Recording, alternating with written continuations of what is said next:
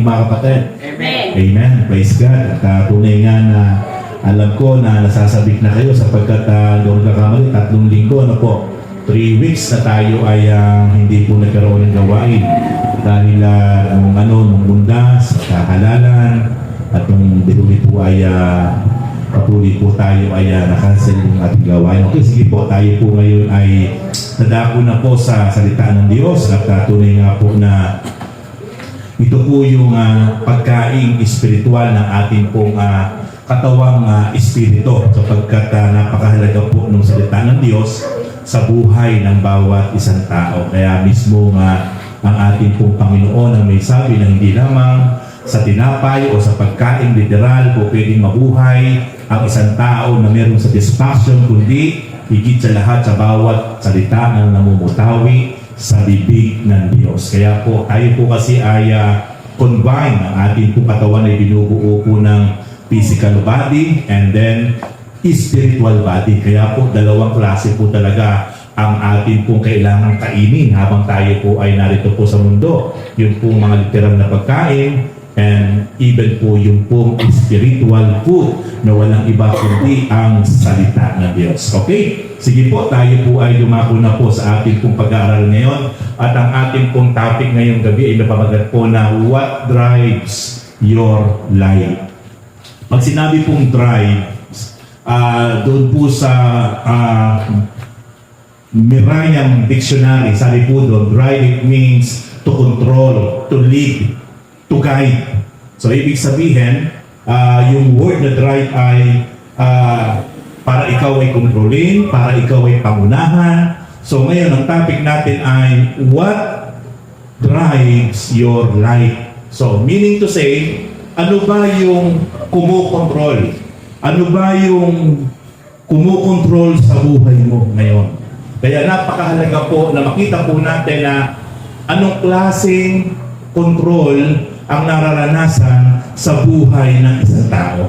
Sapagkat napakahirap po na kapag ang isang tao po'y nabubuhay sa ibabaw ng mundo, ay kontrolado po siya ng mga negatibong bagay, yung po yung magdadala sa kanya sa isang miserable sitwasyon sa kanyang buhay. Kaya po, sabi po doon sa aklat ng Ecclesiastes chapter 4, verse 4, ito po yung natuklasan po ni Solomon. Si Solomon po ay isa sa pinakamatalinong tao na buhay sa ibabaw ng mundo at siya po yung anak po ni King David. At sabi po niya dito sa Ecclesiastes chapter 4 verse 4, I observe that the basic motive for success is driving force of envy and jealousy. So makikita po natin na nakita po niya talaga na maraming tao ay nagsusumikap sa kanyang pangarap sa buhay, pero ang pinaka-driving force ay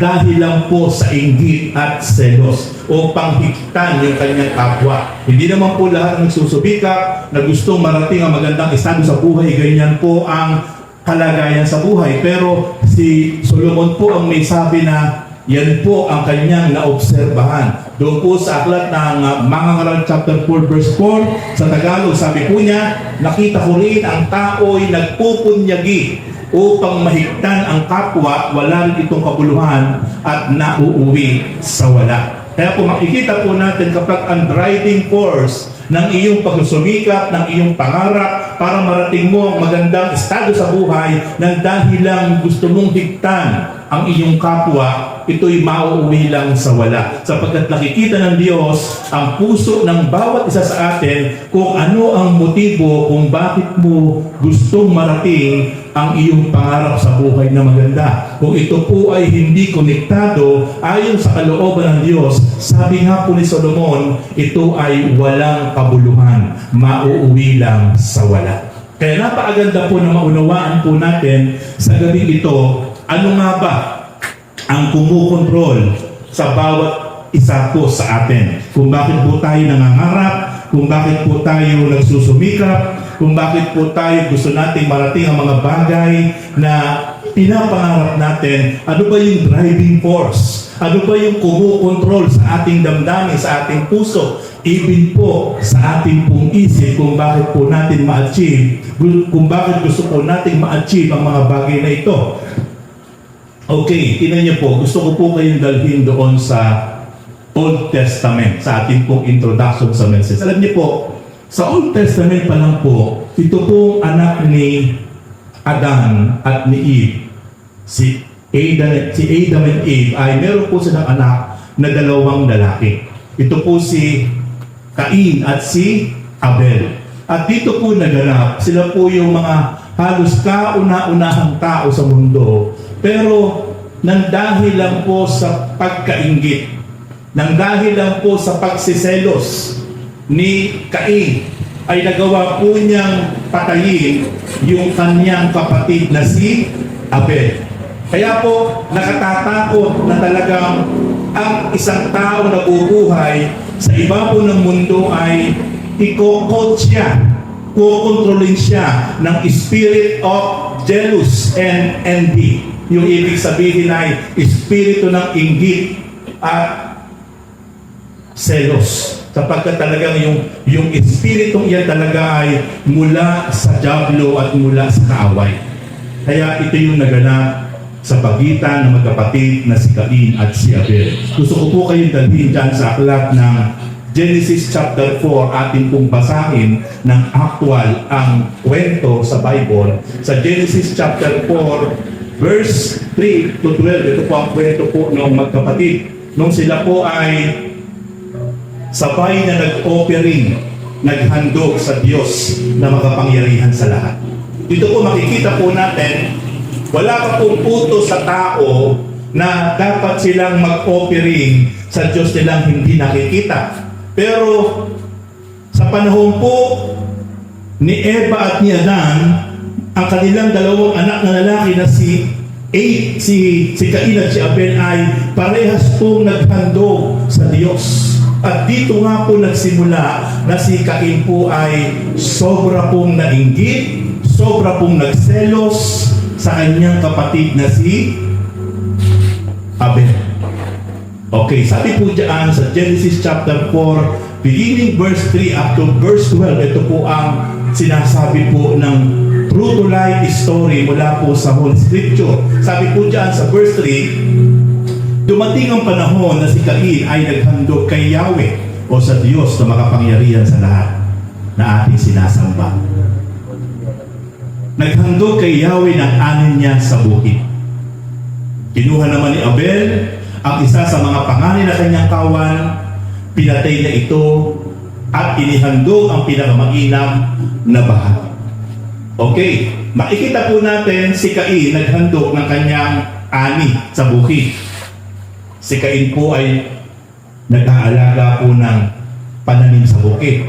Ito naman po si Abel na kanyang kapatid, naghandog ng hayop. Pinatay niya yung hayop, yung alaga niyang hayop, at yung pinakamagandang part doon sa alaga niyang hayop, ito inihandog niya sa Diyos. Tagapag-alaga po ng hayop, maaaring baka, tupa, kambing, si Abel. Ito naman po si Cain na kanyang kapatid ay nagsasaka ng sa bukid. Sabay silang nag-offering, nagbalik ng pasalamat handog sa Diyos. Ito po ang kwento. Sabi po diyan, si Yahweh ay nasiyahan kay Abel at sa kanyang handog. Dito po natin nakita, dalawa silang naghandog sabay na magkapatid, pero ang binabanggit dito na nasiyahan ang Diyos ay sa handog ni Abel. Ngunit hindi niya kinalugdan si Cain at ang handog nito dahil dito hindi mailarawan ang mukha ni Cain sa tindi ng galit. Ikita po natin dito po nagpasimula na si Cain ay nagselos, nainggit sa kanyang kapatid. Why? Sapagkat yung handog ni Abel kinalugdan ng Diyos, pero yung kanyang handog na pananim hindi kinalugdan ng Diyos. Ang tanong, bakit? Sabi naman silang nag-offering naghandog ng kanilang mga pananim, alagang hayop. Bakit hindi kinalugdan ng Diyos ang handog ni Cain? ito po yan mga kapatid. Gusto ko pong ipaunawa sa inyo kung bakit parehas naman sila naghandog, pero bakit yung handog ni Abel ang kinalugdan ng Diyos. Mapapansin nyo, si Cain naghandog ng kanyang pananim, sabi doon. Naghandog siya ng pananim sa Diyos, walang masama doon. Pero mapapansin nyo, no, si Abel na naghandog, nagpatay siya ng alagang hayop. At nung patayin niya yung kanyang alagang hayop, maaaring ito ay tupa. Matapos siya itong patayin, yung pinakamagandang part, pinaka-the best na part nung kanyang maaaring pinatay na tupa, yun ang kanyang kinuha at inhandog sa kanyang Diyos na si Yahweh. At yun ang kinalugdan ng Diyos, sapagkat pinahalagahan ni Abel ang Diyos niyang binibigyan ng offering. Kasi the best offering ang ibinigay ni Abel. Samantalang itong si Cain, nung maghandog ng kanyang pananim, maaaring ito'y trigo, maaaring kumuha lang siya basta-basta, na kumbaga lang ay para lang meron lang siyang maihandog sa Diyos.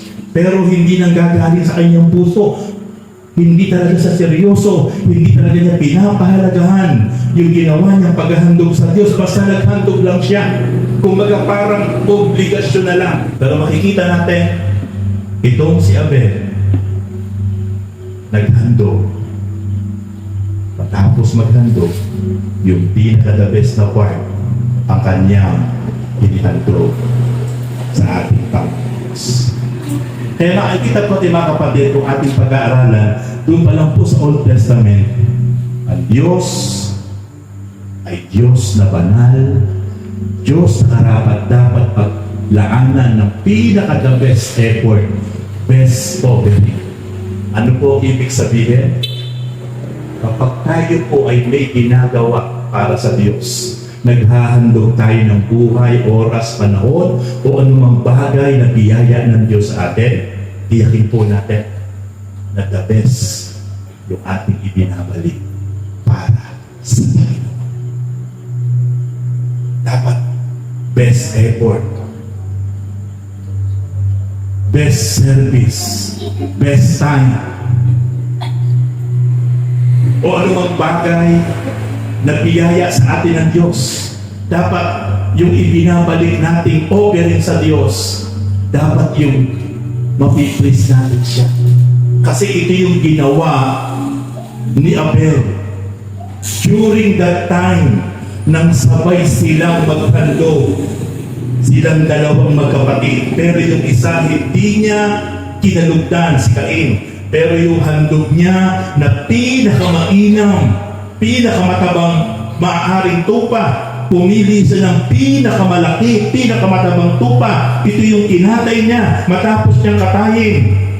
Kinuha niya yung pinakamagandang part doon sa katawan na kinatay ng tupa, at ito yung kanyang sinunog at inoffer sa kanyang Diyos na pinapasalamatan.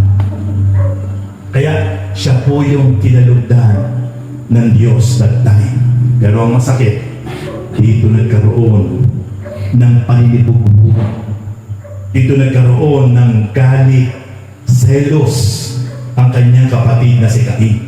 Kaya sabi po doon sa verse 6, kaya sinabi ni Yahweh, anong ikinagagalit mo, Cain? Bakit ganyan ang mukha mo? Kung mabuti ang ginawa mo, dapat kang magsaya. Kung masama naman ang kasalanan, tulad ng mabangis na hayop na lagi nag-aabang upang lupigin ka, at pagharian kailangang pagtagumpayan mo ito. And then verse 8, isang araw nilapitan ni Cain ang kanyang kapatid. Wika ni Abel, mamasyal tayo. Sumama naman ito. Ngunit pagdating sa kabukiray, pinatay niya ito. Ito ang unang-unang natala sa history ng Holy Scripture. Sa Book of Genesis, ang unang aklat sa Biblia. Ito ang kauna-unahan na record sa Biblia na isang tao na pumatay ng kanyang kapwa at kapatid pa po. Bakit pumatay po? Bakit pinatay po ni Cain ang kanyang kapatid na si Abel? Dahil po sa paninibugho, sa selos at inggit. At magpahanggang ngayon sa ating pong kapanahunan, mula noon until now, napakaraming taong pumapatay dahil lang po sa selos at inggit sa kanyang kapwa at sa kanyang mahal sa buhay. Hanggang ngayon po nangyayari yan. Yan po yung spirit of Cain na inilagay ng dyablo sa isip at puso ni Cain. Kaya alam niyo po mga kapatid, napakahirap na dumating sa point ng buhay ng isang tao na siya po ay controlling ng espiritu ng jealous and envy. Sapagkat ito po ang wawasa at magdadala sa isang miserableng buhay kapag siya ay kinontrol ng espiritu ng paninibugho, ng selos, ng galit. Kasi talagang yung espiritong ito na lumulukob sa isang tao, sa kanyang isip at puso, ay gagawa at gagawa ng isang bagay na habang panahon niyang pagsisisihan. Sapagkat nasa ilalim siya at kontrolado siya ng espiritu ng kaaway na walang iba kundi si Satanas.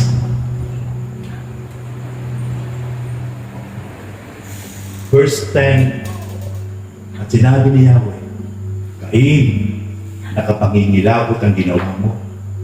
Sumisigaw sa akin mula sa lupa ang dugo ng iyong kapatid at humihingi ng paghihiganti. Sumpain ka't palalayasin sa lupain ito, lupang natigmak sa dugo ng kapatid mo na iyong pinaslang. Bungkalin mo man ang lupang ito upang tamnan.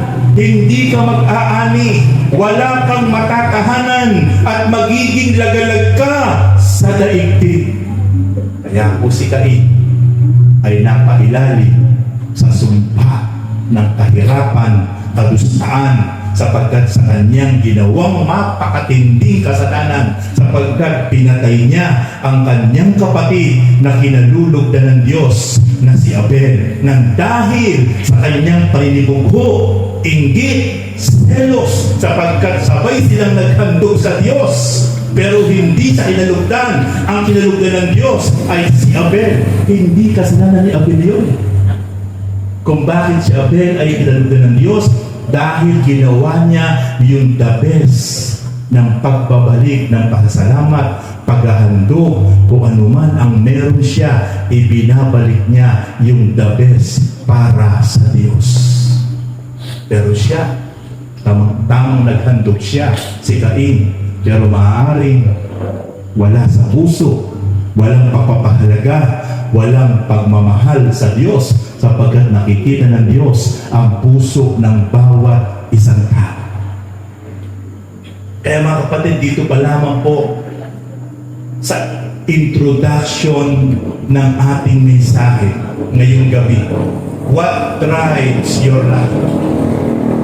Makikita po natin sa dalawang magkapatid sa Genesis chapter 4, makikita po natin ang dalawang magkaiba na kumukontrol sa kanilang puso at isip.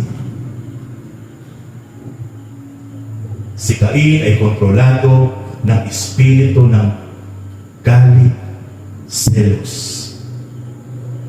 Si Abel ay kontrolado ng tunay na pagmamahal, pagpapahalaga sa kanyang Diyos na nakilala at pinaglilingkuran at pinapasalamatan. Kaya lahat ng kanyang ginagawa, day after day, ay ibinibigay niya ang the best para parangalan, papurihan ang kanyang Diyos. Kaya naman, lugod na lugod ang Diyos kay Abel. Kaya mga kapatid, sa ating pong buhay, sa ating pong kapanahunan, tiyakin po natin sa lahat ng ating ginagawa,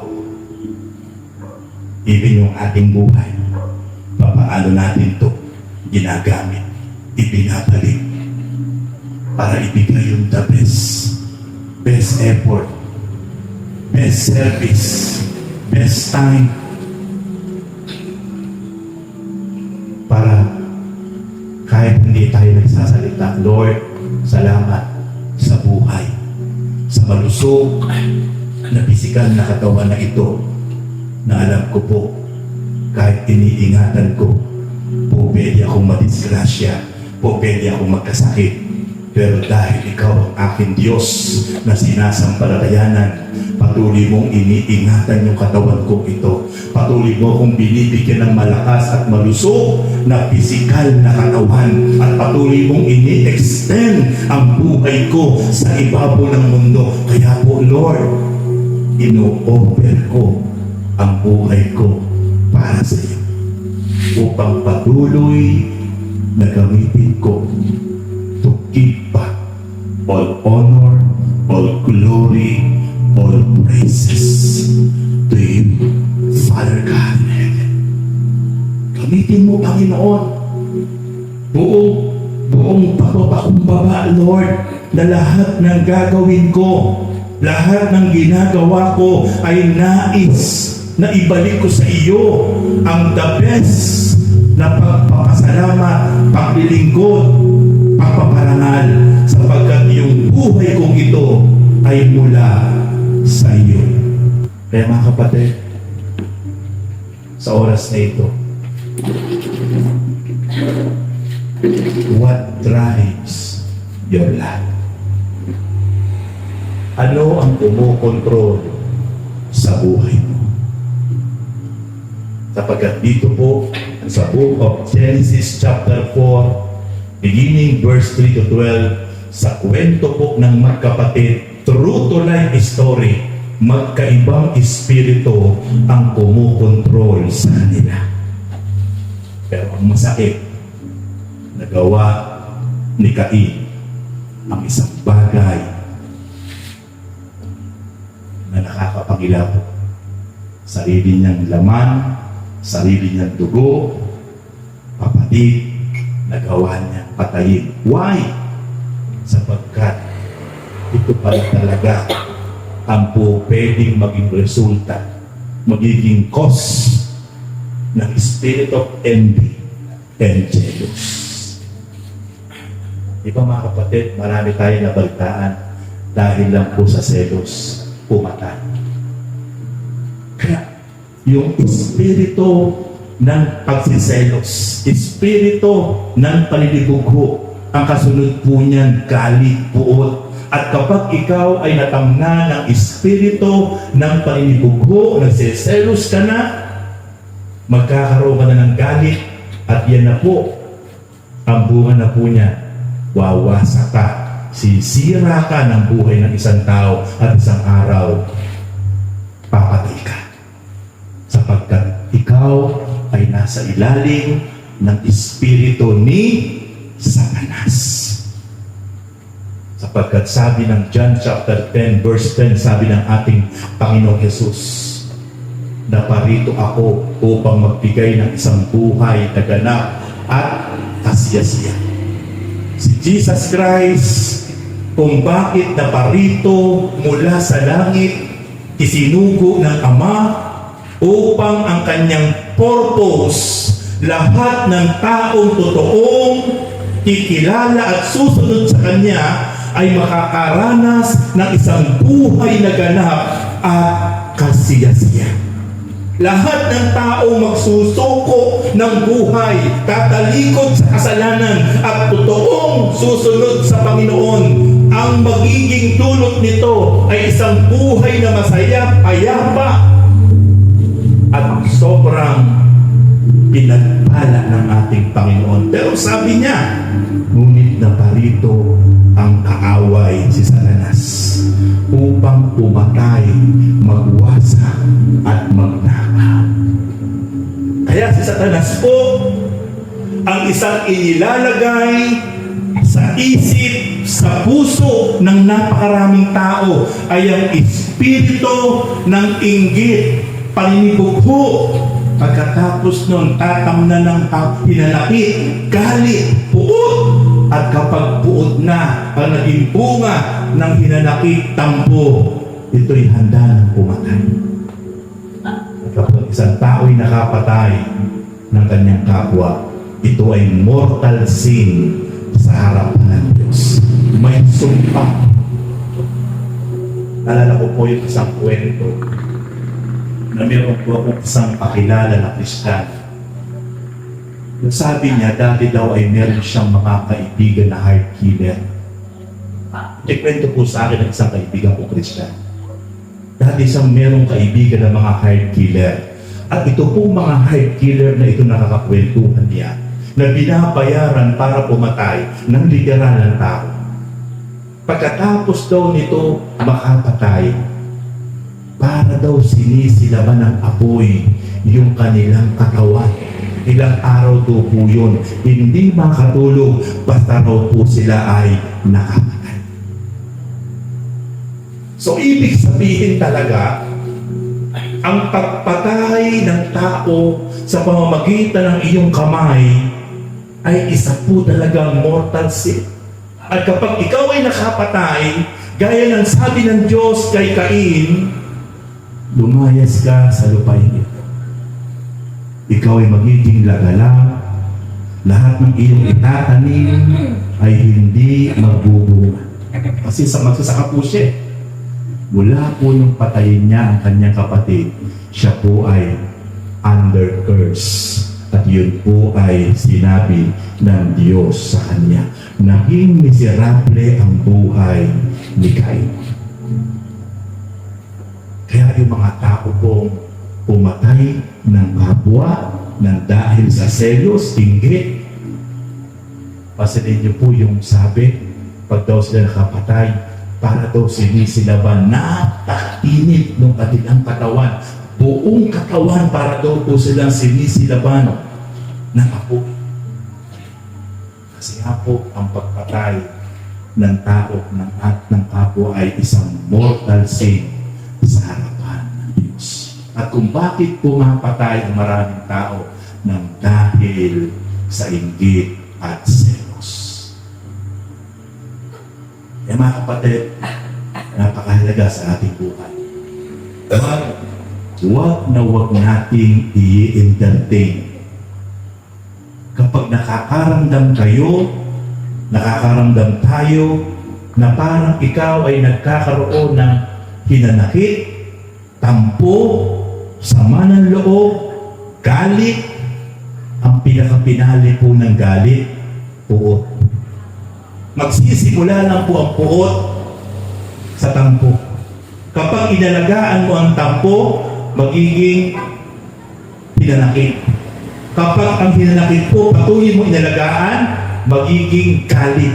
Kapag ang galit mo, hindi mo po patuloy pa itong isinuko sa Diyos, inalagaan mo pa ito, magiging puot.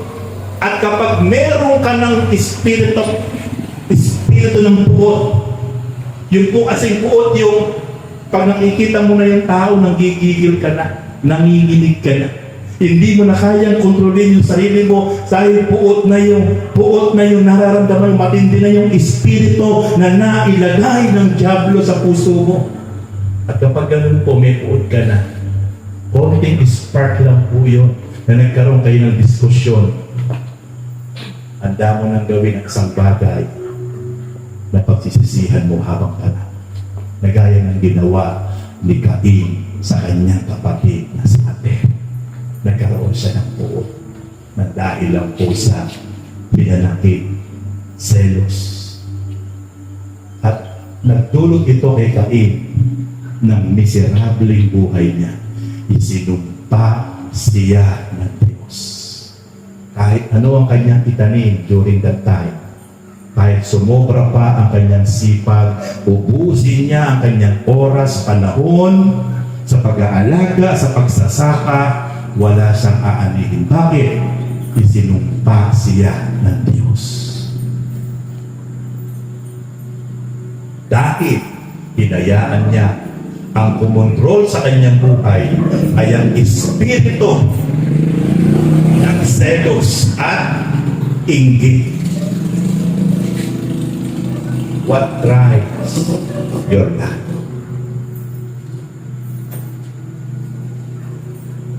Kaya mga kapatid, lagi po tayong tiklot-tuhod sa bawat oras, bawat saglit sa harapan ng Diyos.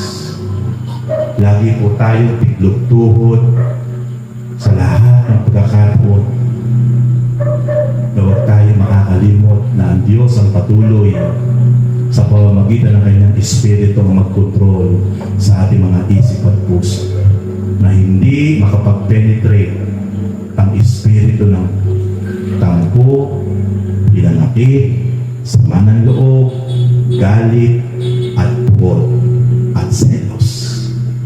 Kapatid, kapag nakita mo ang iyong kapatid, ang iyong kapwa, ay gumaganda ang buhay, pinagpapala, huwag po tayong maiinggit. Huwag po tayong maiinggit. Bakit? Kasi po kapatid, may tamang panahon sa kanila at may tamang panahon sa atin. Ipagpasalamat natin sa Diyos na meron tayo mga kaibigan, mga mahal sa buhay na nagtatagumpay sa buhay. At kung sila'y pinagpapala ng Diyos, lalo higit ikaw at ako ay kayang-kayang pagpalain ng Diyos. Amen? Ako po'y napakaraming mga kaibigan pastor sa Baliwag. During that time na nakikita ko po yung kanilang buhay, nung ako po'y dumadaan sa matinding pagsubok, struggle ng paglilingkod, financial struggle, ministerial struggle, pero nakita ko po ang ilang mga pamanggagawa ko sa bayan ng Baliwag. Ang ganda po ng ministeryo, ang gaganda ng mga sakyan nila.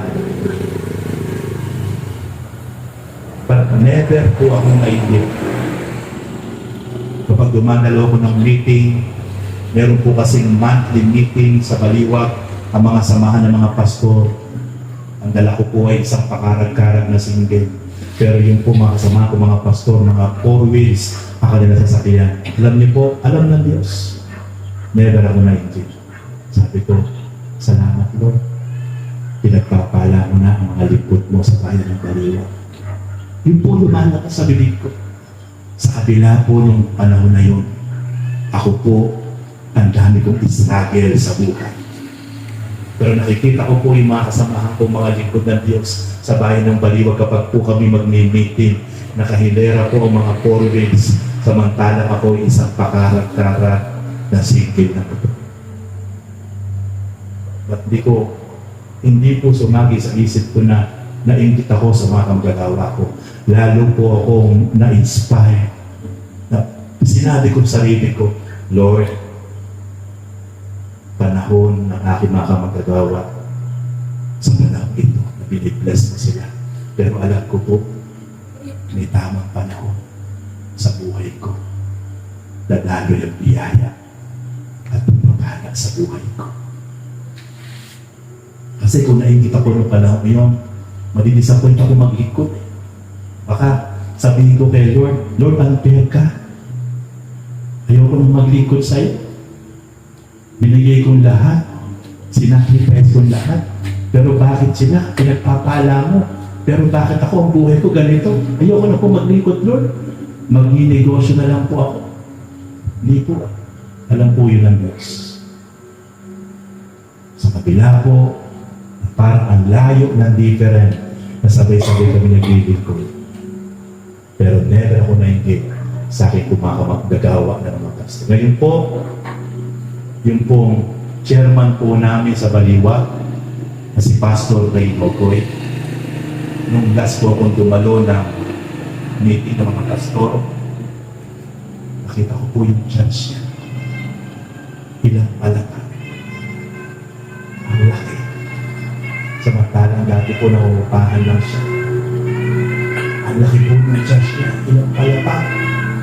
Tapos yung katabi, bumili pa ng lupa na napakaluwang, magiging parking area lang. Fully air condition lahat. Alam niyo po, nandun po ako sa church, first time ko po nakita yung church niya. Alam ng Diyos, hindi ako naingit. Sobra ako natutuwa sa akin pong kamagkagawa na si Pastor Ray Mogoy, ang chairman ng Baliwag po ngayon. Bakit? Sapagkat nakikita ko talaga na tapat ang Diyos sa bawat isa, tapat sa Kanyang sumusunod. Sabi ko, may tamang panahon din sa akin. Yung pangarap ko ng mega church, mangyayari yun. Hindi lang sa ngayon, pero may perfect time. Meron po ako nainggit. Naiiyak ako sapagkat napapatunayan ko tapat ang Diyos sa bawat isang tapat na naglilingkod sa Kanya. Ang dami na po ng magandang born again church po ngayon. Mga air condition, magaganda. Kaya once ako po nakakapunta sa iba't ibang church na napakaganda po ng church, pinapasalamatan ko ang Panginoon. Sinasabi ko lang, Lord, salamat sapagkat ipine-bless mo na, ipinagpapala mo na ang iyong mga lingkod. At alam ko po, may tamang panahon sa buhay ko na naglilingkod sa iyo. Hindi ako nagmamadali mga kapatid. Napakalaki po ng vision ng inyong pastor. Yung pong inuupahan natin na Princess Rica Resort na 6,000 square meter, ibinibenta ng 35 million. Yung po ay araw at gabi ay idinudulog ko sa Diyos. Inihiling ko sa Diyos na yun po ay ibigay sa atin ng Panginoon. Matapos ibigay ng Lord, ang pangarap ko po doon, itatayo natin ang isang mega church. May kakayahan ba ako? Wala. May kakayahan ba ang church? Wala. Bakit? Nabubuhay lang ako sa pananampalataya. Yung pangarap ko hindi para sa akin, para sa Panginoon. Praise God. Hallelujah. Kaya mga kapatid, sa oras po ito, makikita po natin what drives your life. Ano po ang kumukontrol ngayon sa puso mo, sa isip mo, sa buhay mo. Napakahalaga po kung anong klaseng espiritu ang kumukontrol sa iyo. Why? Sapagkat kung anong klaseng espiritu ang kumukontrol sa iyo, yan po ang magdadala sa iyo sa isang sitwasyon doon sa dulo. Si Cain, hinayaan niya. Ang kumontrol sa kanya ay espiritu ng selos, inggit at galit. Kaya yung espiritong iyon na hindi mula sa Diyos, mula sa diablo, dinala siya sa isang napakamiserableng buhay sa ilalim ng sumpa ng Diyos. Si Abel, bagamat pinatay niya, pansinin niyo po, patay na yung dugo na dumanak sa lupa, nakapagsasalita. Hindi po napansin. Sabi ng Diyos, Cain, nakapangingilapot ang ginawa mo. Sabi ng Diyos, humihingi ng hustisya, humihingi ng katarungan sa atin ang iyong kapatid, ang kanyang dugo na dumanak na pinatay mo. Makikita niyo mga kapatid, ang isang tao na sumusunod, nakalugod-lugod sa Diyos, patay na, naririnig ang hinagpis, naririnig ng Diyos ang kaniyang hinaing sa Panginoon.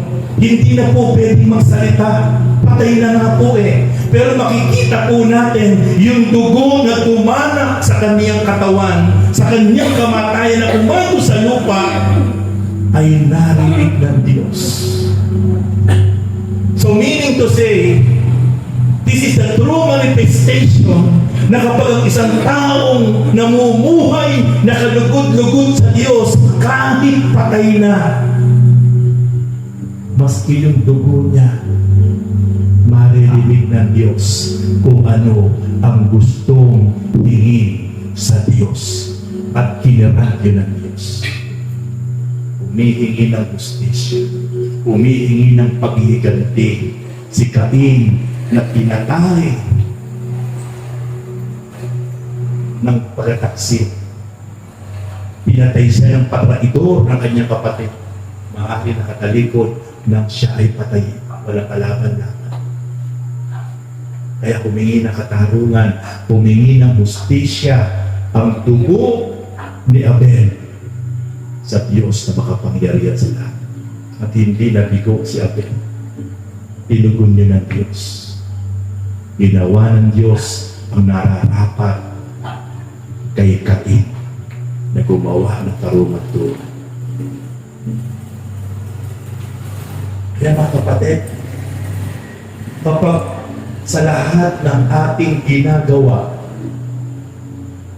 habang tayo nabubuhay sa ibabaw ng mundo, na lahat ng ating ginagawa, lahat ng ating ino-offer sa Panginoon, ito ay ino-offer natin ang the best. Anumang meron tayo na mga biyaya at pagpapala na mula sa Diyos, ipinabalik natin yung best offering sa Panginoon. Anumang meron tayo sa ating buhay, ipinang ating buhay na ito, ipinapagamit natin para sa kalooban ng Panginoon. Kapatid, anuman yung hinaing natin, anuman yung prayer request natin, tuloy-tuloy. Doon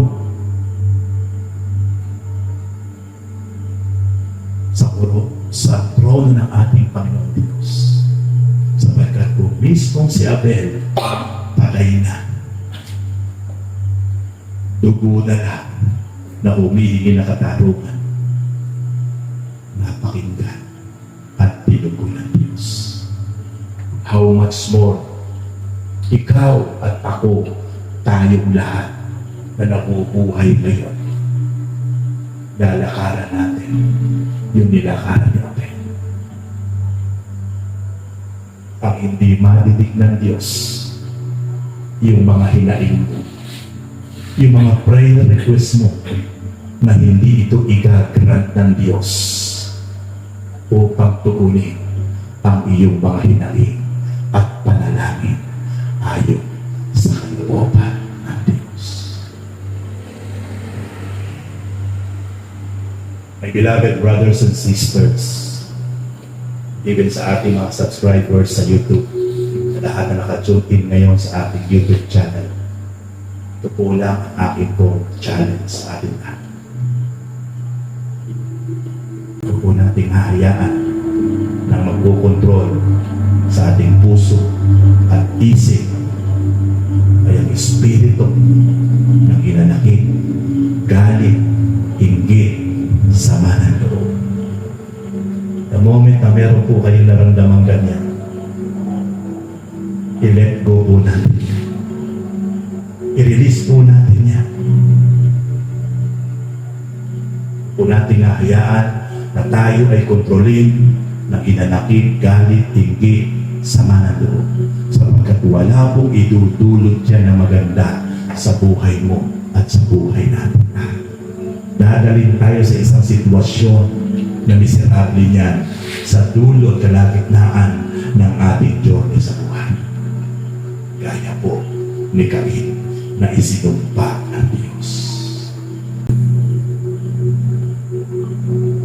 Mga kapatid, sa oras na ito, hindi ko po ito matatapos. 4 na puntos po yung kasunod nito. Introduction lang po ito, pero ikakalang ko na. Next, ating Bible study, itutuloy ko ang mensahe ito. And I believe, doon lang po sa introduction, meron tayo nakuha na matinding mensahe na mula sa atin. Kasi pag tinuloy ko po itong 4 na puntos pa, mag-o-open time ako. Next Thursday, huwag kayong mawawala. Magkanyaya kayo sapagkat napakaganda ng mensahe ito. Ito pong tinuro ko po ngayon sa inyo ay introduction pa lang po. Pero naniniwala ako doon sa introduction ng ating mensahe, meron ng matinding mensahe na ibinigay sa atin ng Panginoon. What drives your life? Kailangan po ang kukontrol ng ating isip, ng ating puso, ng ating buhay, pang-unawa, pagpapatawad, kapakumbabaan, pag-ibig. Pag-ibig sa lahat. Lagi natin pakanasabi na sa lahat ng ating gagawin at ibibigay na handog para sa Panginoon. Lagi natin maramdaman na kaya natin ito ginagawa. Ang ating Panginoon Diyos na binibigyan ng handog o offering. Pabiling ko ay Diyos ng mga Diyos. Diyos na makapangyarihan sa lahat. Our God, it is worthy to give the highest offering. Sapagkat ang Diyos natin ay walang katulad. Siya ay karapat dapat tumanggap ng pinakamataas na paraan, handog, paglilingkod, sapagkat walang katulad ang ating Diyos na makapangyarihan sa lahat. Everybody stand na. Praise God. Nakapatid sa gabing ito, salamat sa Diyos.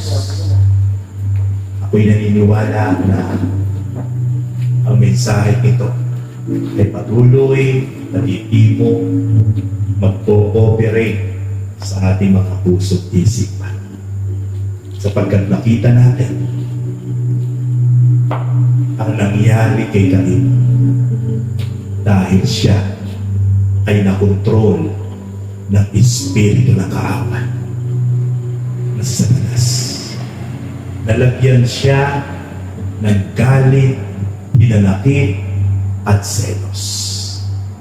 Kaya nagawa niya isang bagay na hindi niya dapat nagawa. My beloved brothers and sisters, even yung ating mga nakatune in sa YouTube channel, kapatid, sa oras na ito kumikip ka, kapatid, nakikita ng Panginoon ang laman ng puso at isip mo. Wala tayong maitatago sa harapan ng Diyos. Ang lahat ay lantad at hayag sa kanyang paningin. Kapatid, kung bakit pa hanggang ngayon meron natitira pa sa iyong isip at puso na hinanakit, galit, tampo, sama ng loob, or selos, it is a right time, kapatid, na isuko mo yan sa Panginoon. Hindi yan mula sa Diyos. Yan ay mula sa kaawan. Hindi ka niyan dadalhin sa isang magandang sitwasyon ng buhay. Kapag yan ay tinanatili mo sa iyong puso at isip, yung mga espiritong iyan ng hinanakit, tampo, galit, sama ng loob at selos. Everybody raise your hands and everybody close your eyes.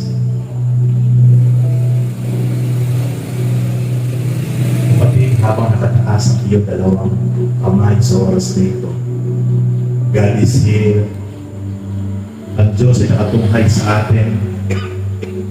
At saan ka man naroon, kapatid, ngayon na ikaw ay nakatune in sa YouTube channel na ito, saan ka mang lugar sa bansang Pilipinas, saan ka mang bansa ngayon naroon, kapatid, I tell you, ibukas mo ang iyong bibig Ano man ang laman ng puso at isip mo, isuko mo yan sa Panginoon. Sige kapatid, open your mouth and let's start to pray our God in the name of Jesus Christ. Kung meron man na sa oras na ito na natitira pa kahit kaliting kapatid, huwag kang magtitira. Isuko mo yan lahat sa Panginoon. Sapagkat may magandang plano ang Diyos sa buhay mo, sa buhay nating lahat. Magiging hindrance yan sa isang napakagandang plano ng Diyos sa buhay mo at sa buhay nating lahat. Sige kapatid, i-confess mo sa Panginoon, isuko mo sa Lord yung mga negative emotion, negative feeling na nandyan sa puso mo, sa isip mo, na alam mong hindi yan nakalulugod sa Diyos. Lord, salamat sa oras na ito, Father God, sapagkat patuloy mo kami, Panginoon Lord, na inuupo, pinupurify, O God, sapagkat kayo ang may sabi, Panginoon, hindi kayo babalik sa bawat isang mananampalataya na mayroong batik, may dungis, may kulubot. Sapagkat ang gusto ninyong balikan sa inyong second coming ay ang mga nanampalataya na malilinis ang puso, mga pusong mapagpakumbaba, pusong mapagpatawad, pusong maibigin sa kapayapaan, pusong patuloy na nagnanasang magmahal, umibig sa inyo at sa bawat kapwa, pusong mapagpahinoko. Lord, salamat sa oras na ito, Father God, sapagkat alam ko po dakilang Diyos sa mga banal, by the power of the Holy Spirit, meron kayong ginagawa ngayon sa buhay ng bawat isa, even sa mga nakatune in ngayon sa YouTube channel ng inyong lingkod. Salamat po, Lord. Maraming salamat. Panginoon, sa oras na ito, puspusin niyo po kami, Lord, ng inyong Espiritu. I-coat niyo po kami, panunugat, Lord, ng Espiritu ng kapakumbabaan, Espiritu ng kabaitan, Espiritu ng kabutihan, katyagaan, kalinahunan, Espiritu ng pagpipigil sa sarili, Espiritu ng pagpapatawad, Espiritu ng pag-ibig. Patuloy po, Lord, na maging driving force ng bawat isa po sa amin. Salamat po, O God, sa pagkakataong ito, Panginoon, sapagkat patuloy niyo po kami tinuturuan. And I believe, Father God,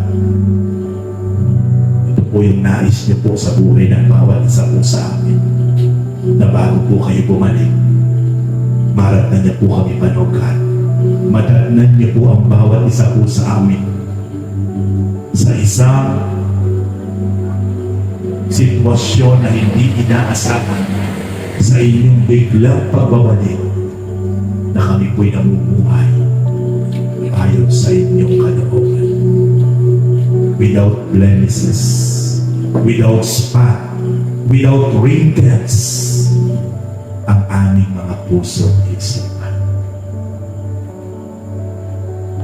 Kami po'y namumuhay sa isang malinis na pamumuhay mula sa aming puso at isipan, na mayroong kabanalan, mayroong kalinisan, mayroong kapakumbabaan, merong mataas na pagpapahalaga at paggalang at pagmamahal sa inyo. Gaya po ni Abel. Salamat, Lord, sa oras na ito, Father God. Patuloy po namin kayong pinupuri. Patuloy po namin kayong pinapasalamatan. Lord, inidudulog ko po sa inyo, Father God, ang pamilya de Juan. Patuloy niyo po, Lord, silang bigkisin na nagkakaisang pananampalataya. Dumaloy, Lord, sa kanilang mga buhay ang espiritu ng kapakumbabaan, katapatan, pag-ibig para po, Lord, sa inyo. Kasama po ang pamilya nila ni Baby, nila Shane, Panginoon. Gumalo kayo sa buhay nila. Gumalo yung biyaya at pagpapala sa bawat pamilya nila, Panginoon. I speak highly favors, Father God, sa buhay ng aking mga kapatid dito po sa lugar ng Pinaod sa Neltipon. So even, Lord, ang mga naka-tune in ngayon sa YouTube channel ng inyong lingkod in different countries, worldwide, nationwide, Lord, idaloy niyo po, Panginoon, ang inyo pong kabutihan, pagpapala sa buhay ng bawat isa. Magtimala kayo sa buhay nila. Gumalo kayo sa buhay nila, Father God. The spirit of revival and restoration, Lord God, ay maranasan namin lahat, Panginoon. Salamat po, O God, sa oras nito, Father God. Salamat, Holy Spirit. We thank you so much, O God. Salamat, Panginoon niyo sa mambanan. Salamat sa patuloy, Lord, na paggalaw at pagkilos niyo po ngayon, O God, Lord. Nararanasan po namin, Panginoon God, ang inyong divine presence by the power of the Holy Spirit. Thank you, Lord. Thank you, Jesus. Thank you, Holy Spirit. Salamat po, Panginoon. Patuloy niyo po kaming pagkaisahin. Magkaroon kami ng isang hangarin, isang espiritu na lagi doon ang pagnanais namin ay patuloy namin kayo mabigyan ng pinakamataas na parangal, paglilingkod, pasasalamat. Salamat po, Ama Banal, sa gabi nito. Pinupuri po namin kayo, O God. Pinapasalamatan po namin kayo, Panginoon. Muli po, Panginoon Diyos sa pagbanal.